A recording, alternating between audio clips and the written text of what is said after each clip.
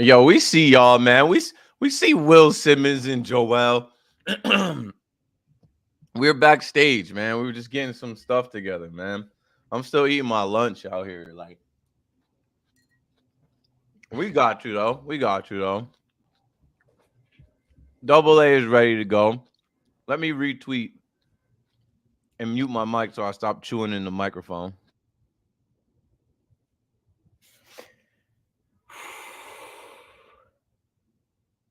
Let's get the show on the road.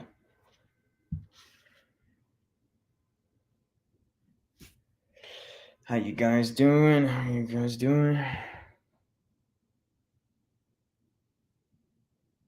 My name is not Adam, Jared. It's Alex. Oh man. I've been called Adam a lot, actually. I don't know how. Like even when I was younger. Yeah, we gotta work on it. By now, folks should know this is Alex All good. Arm, aka Double A. Just call him Double A. And without further ado, Talkin Nets 218. West Coast trip starts 1-1. Reunions and revenge. Let's get it. We're doing that Brooklyn Nets talk right here on Talkin Nets. Brooklyn, we go hard. Go hard. Talkin Nets. Hosted by Keith McPherson.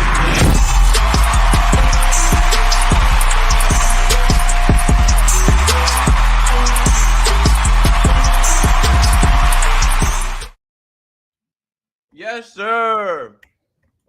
Welcome back to Talkin Nets. I'm still chewing. I'm sorry. That's a pet peeve of mine. I hate when, like, I used to listen to Craig Carton on the afternoon show, and he would always be eating, and I'd have my headphones in. I'd hear him eat in my headphones. I'm like, like, can you not do that, yo? Shit is gross as hell.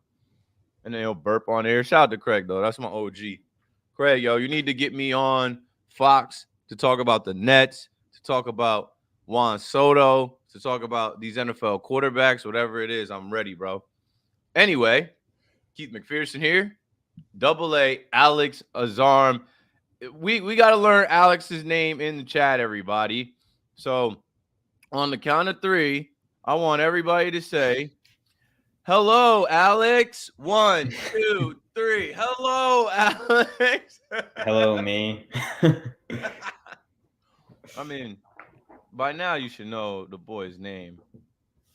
Thanks for participating. I need your participation again. Vibe check. Nets World, how you feeling after that game last night? Looking for revenge. I mean, that's one of those games that you stay up till 11:30 to watch. That's a game you have circled on the calendar. That's a game that the Nets showed right now they're ready to play more so than the quote-unquote big three that they have over there in Phoenix. That's a game where you get to see your guys on the floor against one of your former guys. And, of course, there is the whole pageantry of the reunion. It's not all about revenge. It's about guys returning. Mikal Bridges returning. Cam Johnson returning to Phoenix. They were very well received. And it was Kevin Durant bobblehead night. They were geeked up. I watched a little bit of the NBA League Pass feed from Phoenix. Yeah, they were, even their announcers were kind of shocked. Like, what's going on here? Like, they're down 8.5. They're like, this isn't what's supposed to be happening. Yeah. And you know what? I mean, we own some of their future picks. We own them right now, beating them how we beat them last night. We're going to talk all about it, but I'll welcome Alex in to say a couple words about last night, the state of the Brooklyn Nets as we start off 1-1 on this road trip. You know, we'll talk a little bit about what happened in Sacramento, but no need because that's going to spoil the fun. Go for it, Alex. Yeah, I was actually going to say it's a good bounce back win because Sacramento wasn't great, but yeah, I was going to bring up, I just saw a comment in the chat. Claxton hit a corner three. We got to have some sort of celebration. Oh, yeah. Oh, yeah. Well, We don't have to wait. I mean, that I wish I bet on that. I think the over under was probably like Claxton, just at Half, like probably. just a half. Yeah, over under a half. So I mean, we could talk about it. This is a picture floating around Ned's Twitter right now because when he knocked that 3 down one, he was wide open. But I know you guys remember seeing his workout videos in the summer of him practicing shooting the 3, and most people see those videos and they're like, it'll never happen in the game. It happened. It happened. KD's face is priceless. Yeah, even Mikhail's was like, "What the hell just happened?" Like, and the best part about it was, it wasn't like because there were times like throughout Claxton's career where he'd just throw up a mid range or even a 3 if there's a second left, with the shot clock. But this, I think there was like 14 seconds left in the shot clock, so this was like he meant it. He clearly meant it. So that was good to see. Starters were big last night. The ball was being passed around late in the game. You know, Dinwiddie hit a couple big threes. Mikhail hit one in the corner. Cam Thomas hit the there's a fly. Cam Thomas hit the 2 clutch free throws. And I'm not trying to like badmouth KD, but he was very unclutch last night. I think he had 2 or 3 missed mid ranges that he usually hits.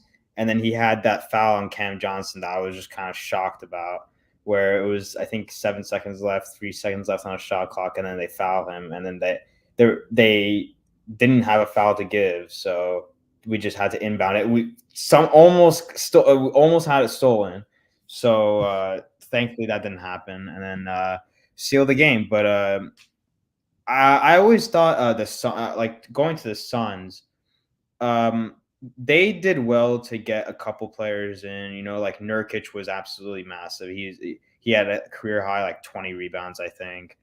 Yuta, we know about him. Josh Okogie, I always been a big fan of, but he didn't play last night. But like the rest of the team, you know, I feel like you obviously add in Grayson Allen and Eric Gordon, who didn't play. Like Chimizi Metu.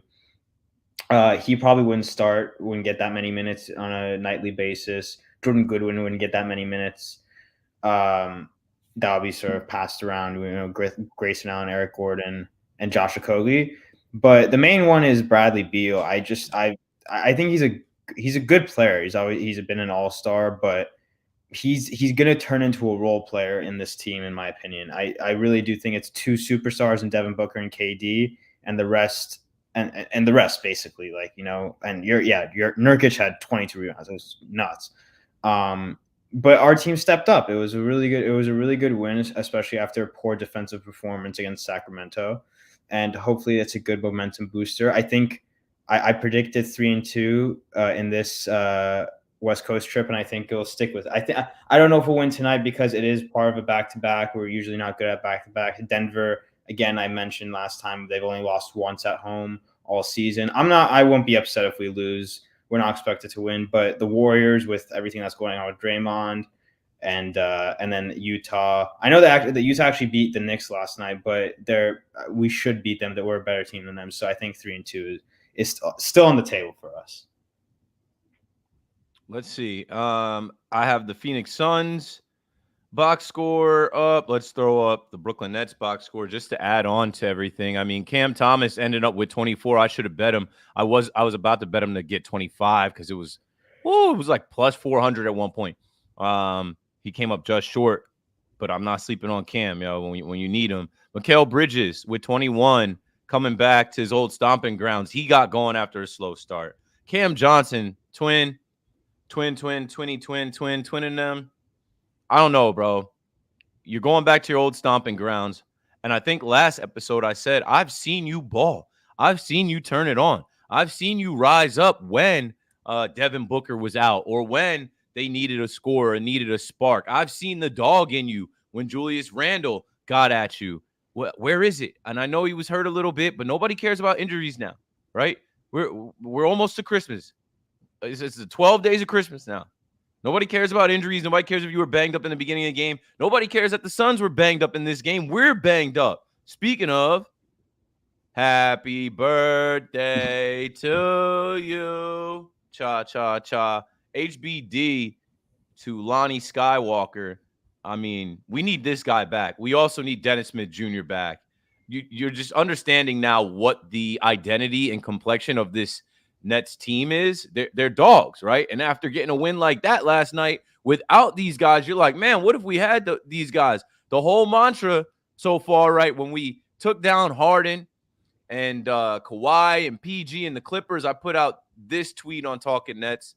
Make sure y'all are following Talkin Nets everywhere. I promise once we get past the Christmas holiday and the NFL is winding down and the winter meetings and the baseball offseason dies down, I'm going to dedicate more time into building Talkin Nets like in this season. This Nets team deserves it. But back to what I'm talking about here.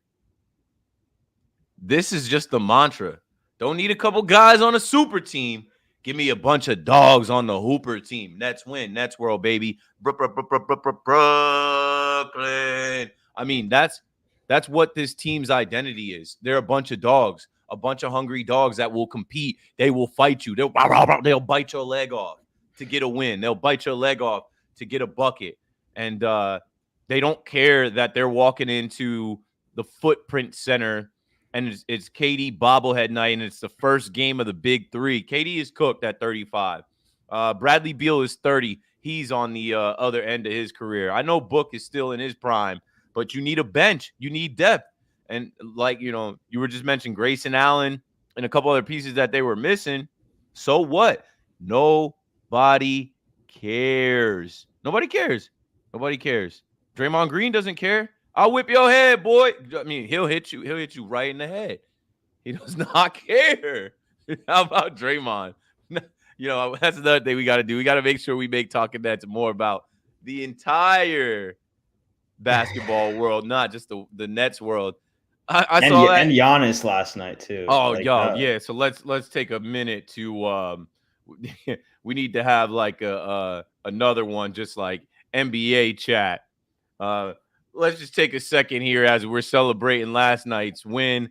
Appreciate everybody in the chat. If you want to get put on the Summer Jam screen, all you got to do is throw 99 cents and we'll get at you. But, overall NBA chat. Last night watching League Pass, and then I stayed up to watch Sports Center.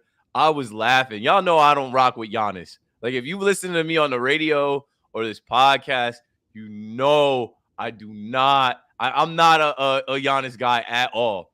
Or Thanasis guy.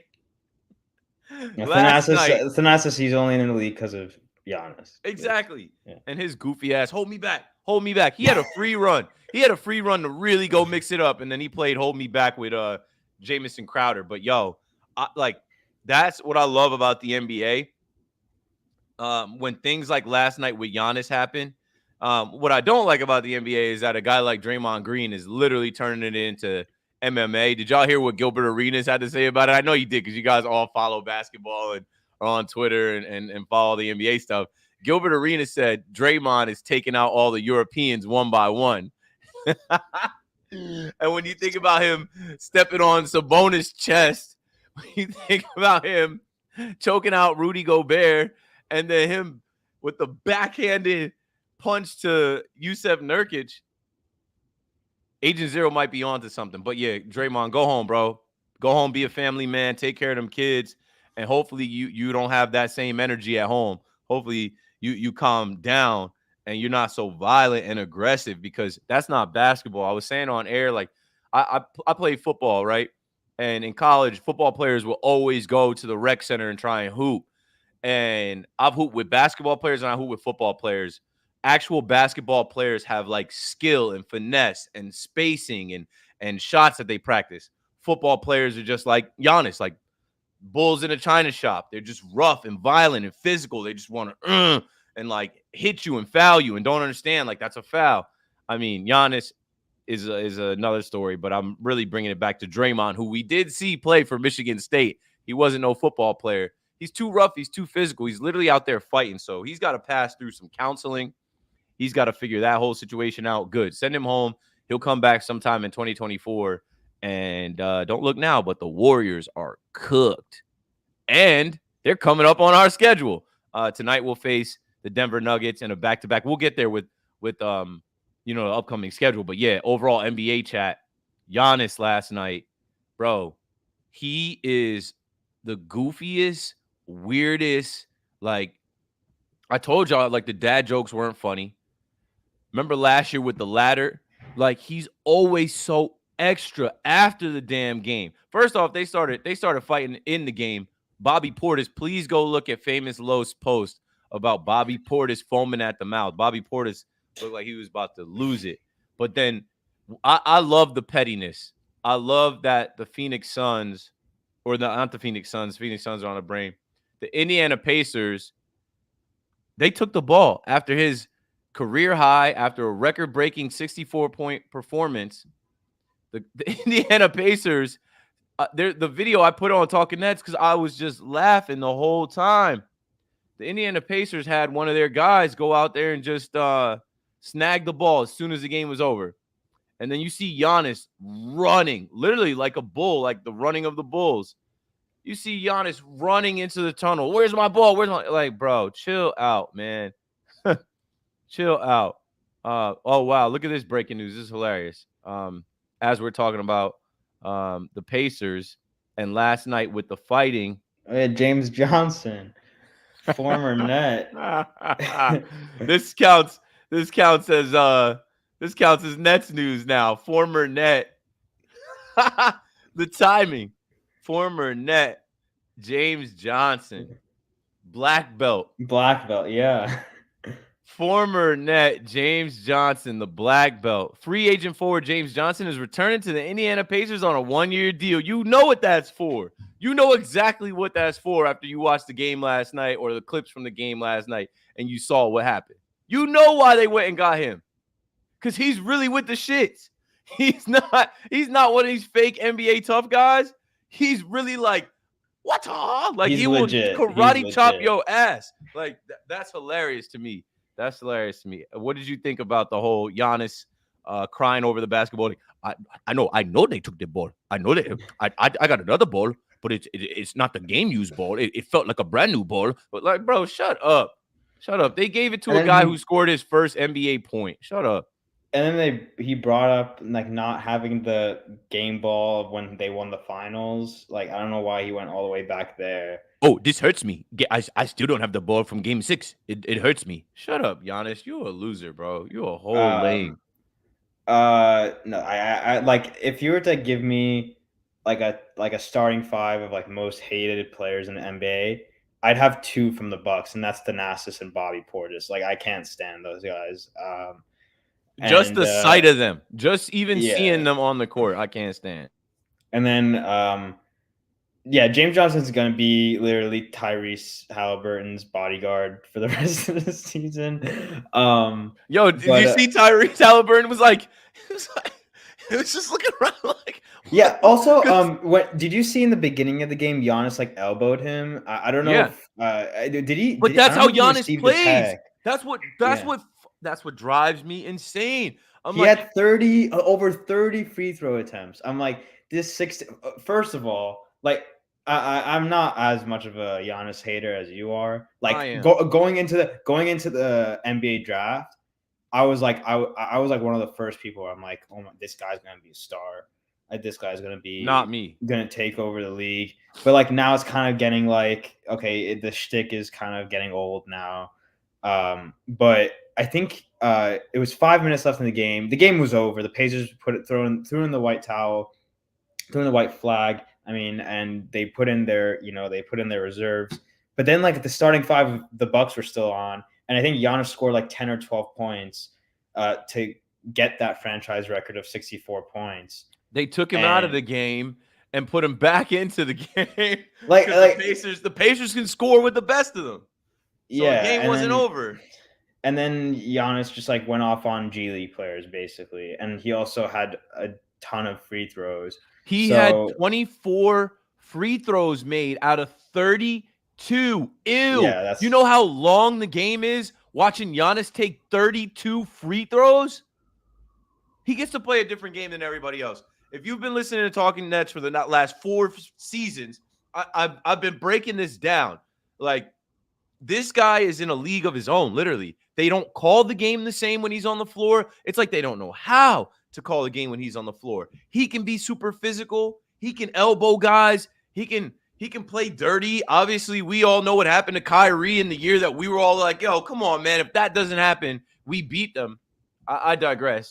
This is Talkin Nets. We'll get back to Talkin Nets. Let's hit the chat. And now we'll go backwards because now everybody's talking about this. I see Jared. What was that when Halliburton got elbowed? That was earlier in the game.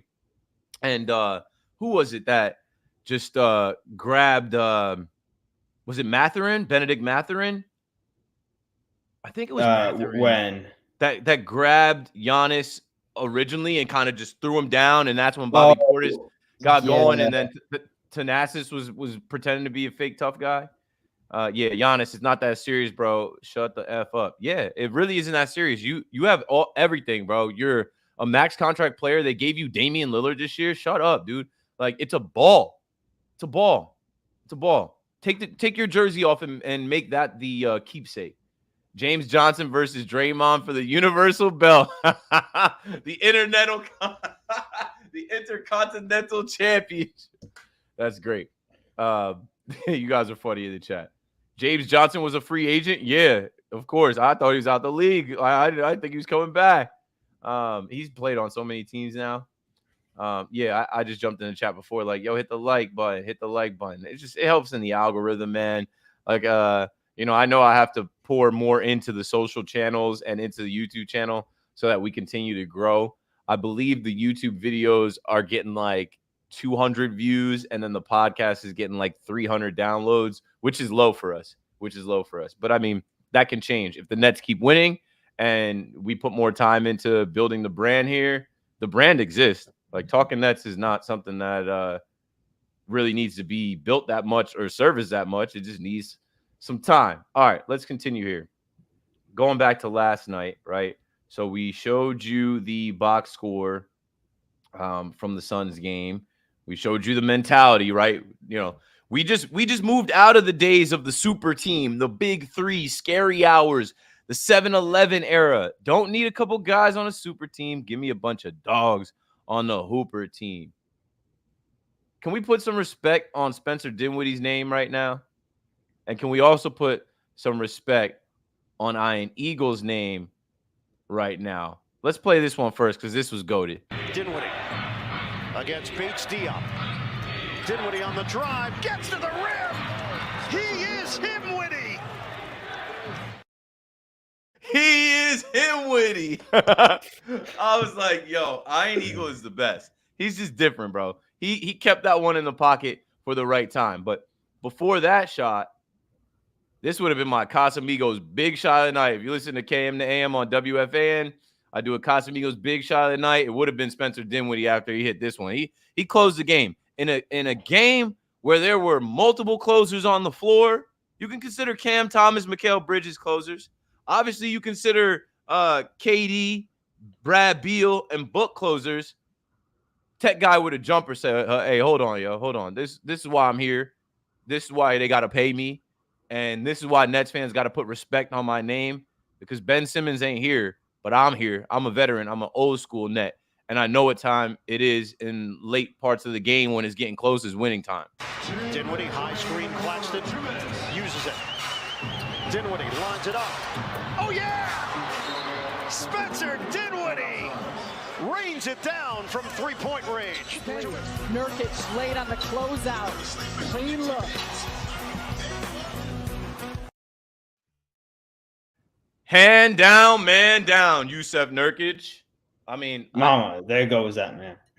Mama, there goes that man. Bang! I mean, what can y'all say about Spence? 2-6 trying to close out. Give it up in the chat. Ben Simmons too. That's what I'm saying. In the absence of Ben Simmons, in the absence of DSJ, in the absence, like, Spencer is doing what he has to do. He is Himwitty. I thought that was a great call. I thought that was a great game down the stretch. I thought the Nets handled business on a night where the Suns thought that they were going to have some type of party for their big three, playing their first game together. KD bobblehead night against the lowly Nets, welcome back Mikal Bridges, welcome back Cam Johnson, and like have like a pity party for him. Nah, don't pity us. Don't pity us. We'll be doing just fine. What did you think, Alex, from the end of the game? Anything else that stood out from that game last night, watching them play the Phoenix Suns out there in Arizona? Yeah, I mean, I actually saw a stat before, or maybe even during the game last night, where for the past month, Dinwiddie's in like the bottom five. Obviously, you have to have a certain amount of attempts, but like in the bottom five of 3-point percentage, I think he was at 29%. And then he steps up tonight, and that's what you're gonna get with Dinwiddie. I even said in the last episode, in his first stint with the Nets, he had a lot of clutch buckets with us. He had one with the Pistons. He had that like sidestep three. He had a couple layups against the Nuggets in the 1920 season. He had We've seen it. One against the yeah, Pacers. We've seen it, I remember a bunch. that. Yeah, We've seen the Spencer Cavs, Dinwiddie do that a lot. Clutch gene. That's what that's called. The guy is clutch. When it's time to hit a big shot, he did it against us. He came to Brooklyn with the Mavericks and hit a big shot. I was at that game. Yeah. So that's part of his DNA. Yeah, and you see that, and Cam Thomas and Mikal Bridges struggled in the first half, but they picked it up in the fourth quarter for sure. Cam Thomas hitting his threes. One of my biggest criticisms of Cam Thomas coming into the league in his rookie season, yeah, he has star potential, absolutely, but his one thing that I just didn't like about him was his 3-point shooting, too much mid ranges, and but he's really improved that now. 4 of 8 from 3-point range. Mikal hitting a couple big shots and not turning the ball over as much. His handling has gotten a lot better. And obviously Dinwiddie with those 2 big shots as well. So even Claxton, he had that foul at the end where, it sent Booker to the line. But outside of that, I thought he played great. So it was a really good win, a really good bounce back win. And we now, I mean, it's only half a game, but now we have a better record than the Suns, and it's nice to see that. So, and we're only half a game behind the 5th seed in the East. So if we finish out the West Coast trip strong, try and bring back Lonnie Walker, try and bring back Dennis Smith Jr., it'll be looking good and going into Christmas games. It allows you to dream here, right? It allows you to feel positive about what's to come, what this team can be. Nobody knows, right? We had no idea they would be what they are right now. And every week we talk about games that they lost that were close because we feel like they could be better than 3 games above 500 right now if they just, closed out some of those games. Like, I think they could have 16, 17 wins right now, but it's, Alex made a good point about, hey, it could have went the other way. That's basketball at the end of the day. But that's just, man, it's a way to put the Nets on everyone's radar. The way that the NBA works, it's star-driven. And who's the biggest star on the Brooklyn Nets? Ben Simmons? Like, come on, bro. Like, the biggest star on the Brooklyn Nets, Mikal Bridges, Cam Thomas is a young star. You can't say Dinwiddie's a star. He's a star to us, but like not really nationally, globally.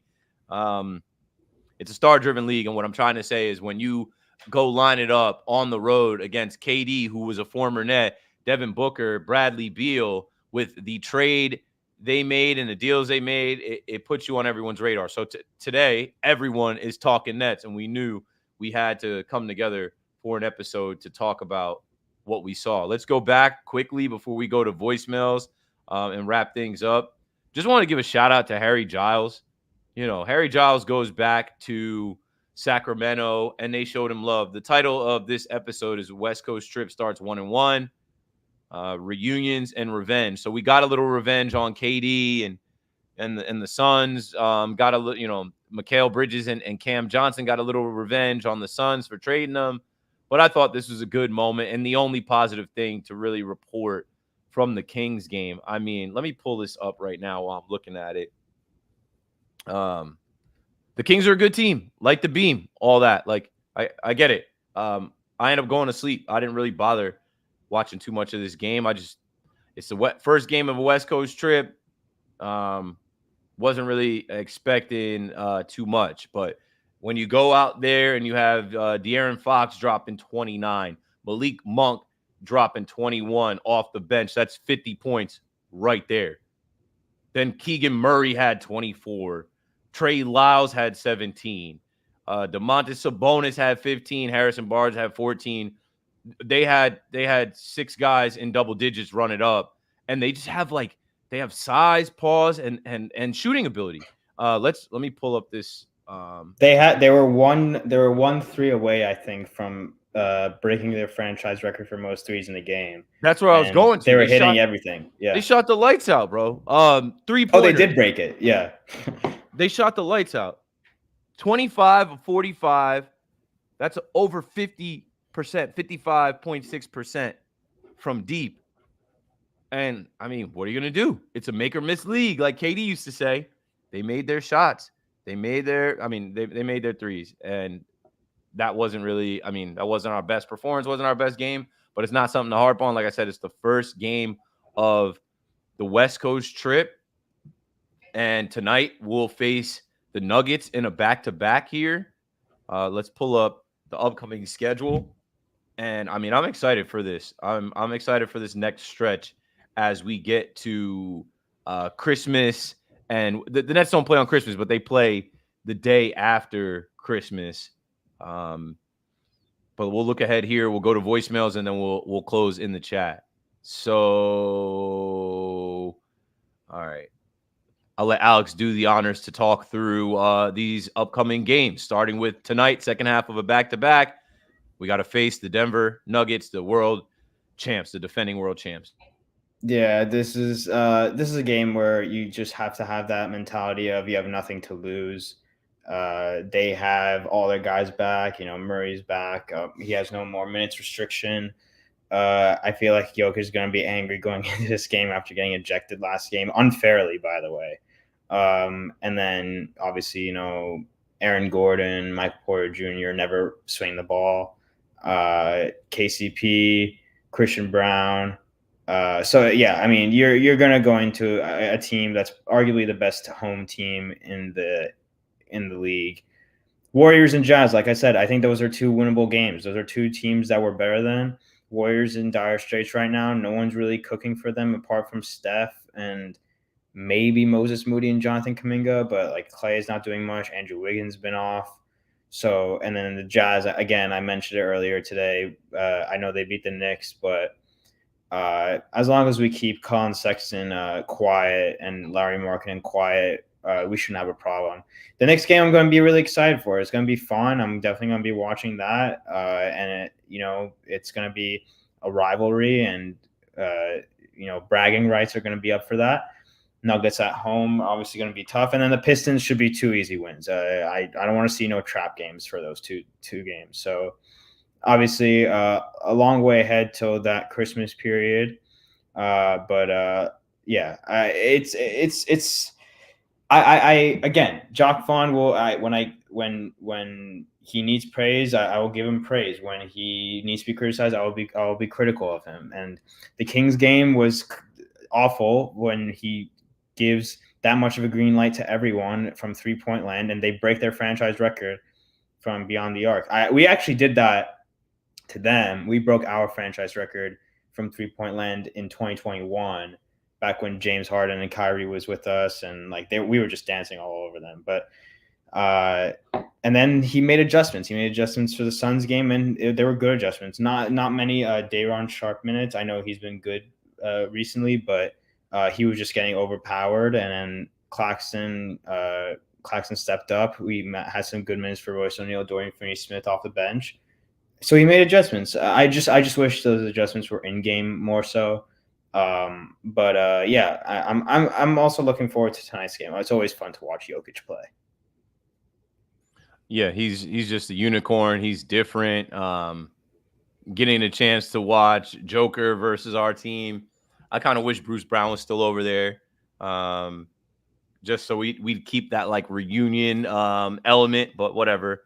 Jeff Green's not over there either anymore. He's in Houston. The Denver Nuggets last year. We'll see what they do, man. It's the second half of a back-to-back. I feel like the Nets went after that game last night. Like they attacked the Suns game. It's tough. You guys know how it is in the NBA. It's tough to play back to back on the road in Denver with the altitude, and you're playing against Jokic, and like who's stopping Jokic? Nobody's stopping Jokic on our team. All love to Clax and Dayron, whatever. Nobody's stopping Jokic, and like Alex, smartly pointed out, he got ejected on some BS last game, and this is a guy that should have been a 3-time MVP in this league. He's going to be motivated to go out there and kill just to like keep his numbers up and keep himself where he wants to be. All right, we only have one voicemail. Shout out to Joel calling in on the voicemail. Let's see what you guys are talking about in the chat. Young Black says, tonight game might be like last night's game, a little tip for tap. Is the phrase tip for tap? Isn't it tit for tat? Tit for tat. Yeah, I think it's tit for tat. I think it is tit for tat. But not like I think it's not to be obscene, vulgar, fresh. Tit for tat. The infliction of an injury or insult in return for one that one has suffered is the meaning of it. I just say it because I just hear it all the time. So great call coming up once we get through Christmas or whatnot. Young Black, don't forget the Pistons game is a tribute game for Joe Harris as well, but we got to get that W. Oh, bro, who won last night? I was not paying attention. Or was it last night or was it a couple nights ago? I saw which game? Okay, so right now the Pistons are on a losing streak, and so are the Spurs. And I think they play each other coming up. The Pistons are on like a 20-game losing streak. So. Yeah, and I think the Spurs are on like a 17-game losing streak. There was something I saw on ESPN, and I was like, I want to look that up. Because if that's like I don't know, I don't think that's ever been done before. But that's neither here nor there. It's not Nets related. But yeah, let's hit the chat. Let's hit the voicemails. We'll look at the standings, and then we're out. Keith, besides, you are not allowed to talk Nets on the fan. Tell me about it, bro. Like my bosses don't say that, but I hear about it on Twitter. Like Evan always acts like he has to talk about the Nets under his breath. You would think that the Brooklyn Nets played in Arkansas. They opened up the show today talking about the Golden State Warriors because they want to, tease these Knicks fans into thinking that they can trade for Steph Curry. Anyway, back to the chat. Let's see what you guys are talking about when we went through that little stretch. Rahala out here. What's up, Rahala? Rahala said, we getting washed tonight. Whatever. That's fine. I mean, the game we wanted was last night, and we got their ass. Dorian Finney-Smith is just got a notification. Dorian Finney-Smith is questionable for tonight, even though Jock Vaughn said everyone's good to go for tomorrow last night. We'll see if he's going to be available. I think he should be fine. Just based on what Jock Vaughn said, I think we're just going to go full throttle, have nothing to lose. And hopefully he plays because we need some defense for the Nuggets. Word. Dorian Finney-Smith is going to my hometown on December 21st. There's a place called Monmouth Cards, and from 6 to 7:30 p.m., if anybody listening lives in Jersey in the Monmouth County area, you can meet Dorian Finney-Smith, and he'll sign some autographs. He's doing a meet and greet at Monmouth Cards in Oakhurst, New Jersey. I'm trying to do something with them coming up real soon. But, yeah, back to the chat. Isn't there 2 game balls now anyway? Yes. But, like, that whole thing was stupid, man. That whole thing was dumb as hell. Right. Joel says Giannis is a clown. And without further ado, let's hear from our boy Joel, Bird's Eye View. He tweeted at Talkin Nets today, and he's like, yo, I need some Talkin Nets merch in my life. And I'm like, same. Like, I got some ideas like that. Just the don't need a super team, need a hooper team is a shirt right there. the old Brooklyn way. We're back to the Brooklyn grit. There's definitely something about this team that we could put on a shirt. I got to make a Shopify account. I might put Talkin Nets merch under something in the new year where like I can put my designs and we can get back to that. But like reminder, like the hoodie that I'm wearing right now, this is an old school Talkin Nets hoodie that used to be on johnboymediashop.com. We are no longer affiliated with John Boy Media. It has been quite some time now, but like they had the infrastructure, they had the funding, they had the sponsors, they had the cash to have their own online store. And we don't have that anymore. But, you know, we could figure out something in the near future to get some merch for you guys. I'd give it away for free on the real. Hey guys, it's Joel. Short and sweet. It was amazing. Amazing to beat KD in his new little big three last night. Yeah, that's it. We're vibing in Brooklyn. Brooklyn. And that's pretty much it, folks. Just wanted to tap in with y'all. Like I was in the net spaces late last night, listening to everybody talk. Felt good to get a win like that.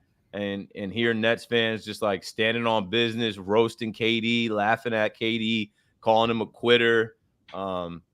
They were cooking his bald spot, talking about how he needs to shave his head. Who was it? Jay from BK was killing him. I was laughing my ass off. He said he got no friends. He says his barber not even telling him, like, hey, bro, it's time to give it up. You got to start bicking your head like MJ. But yeah, that's all we've got, man. On the way out, you guys know the drill. Make sure you're following Talkin Nets everywhere. Honestly, I put this PSA out, but I'm be dead serious. If you want to do something under the Talkin Nets umbrella, it's really just Alex and I right now. And for me, man, and this is a good way to end the podcast here. When we started Talkin Nets, it was just Hudson and I. But Hudson was an intern, and I was a full-time employee at John Boy Media, where we would go to the office and work on Talkin Nets all day and work on some of the other stuff all day. It was my job, and I had the time. Then when Talkin Nets really started to take off, we fell into the pandemic where working from home, there was a ton of free time. I was making videos. We had different guests. We had a lot of things that really built Talkin Nets. As all things change and evolve, you know, it's just a different time in life now. Like you guys know, like when Talkin Nets started, I wasn't on the radio. I wasn't on WFAN. I wasn't on any TV shows. I wasn't doing public appearances and meet and greets. And I'm blessed. Like I was not as busy, and I also didn't have a child. Like my son hit 8 months yesterday. Like I'm a dad, so I do love Talkin Nets. I do love the Nets world and the Nets fans and the Nets community that we have, and that's why we still do it. And Alex working with me at WFAN Audacy, you know, he was a big help last year and this year behind the scenes, you know, posting the episode, posting the clip. But if you want to get involved with Talkin Nets, if you love the Nets and there's something that you do digitally, whether it is writing, whether it is social media, whether it is Photoshop, whether it's video editing, whether you just want to pop in with us and chat about the team, we'll consider you. We'll absolutely bring you in. So send a message to me or Talkin Nets or Alex. And I think by the end of the year into 2024, like I said, when football dies down, when the baseball hot stove is not cooking anymore, and we get into that window of January, February, March, where it's really NBA basketball focused, we'll want to have a team to help us really, do Talkin Nets a little bit better. And you can be a part of the team. I'm not making any promises as far as like dollar amounts or money, because right now I've made $0 off this. Alex has made $0 off this, but that can change if we put out more episodes, if we hit on YouTube, if we hit on the ads on our podcast. You know, there could be some bread out there, and I'm fair as they come. I'm honest as they come. If you help me, I'm obviously going to take care of you and give you a couple dollars for your time, because I know the grind. I've done a lot of stuff for people and didn't get paid. I've done a lot of stuff for free just for like exposure or opportunity. But yeah, we're open for anyone that wants to join us on Talkin Nets and help us do our thing. So that's all we've got. Make sure you guys subscribe and like on your way out. If you're not already subscribed, which most of you probably are. I know a lot of you guys have the notifications on, and we see you guys in the chat before we even go live. That's all we've got.